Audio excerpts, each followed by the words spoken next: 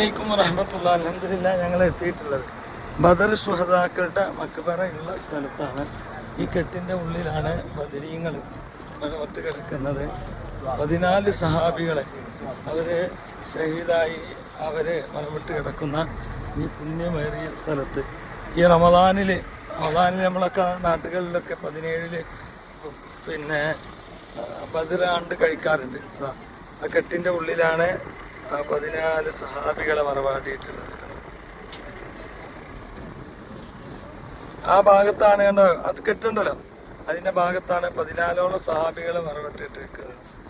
അതുപോലെ തന്നെ നിരവധി ആളുകളെയും ഒക്കെ മരണപ്പെട്ടാൽ മറവാടുന്ന മക്ബറ കൂടിയാണ് ഈ കാണുന്നത്.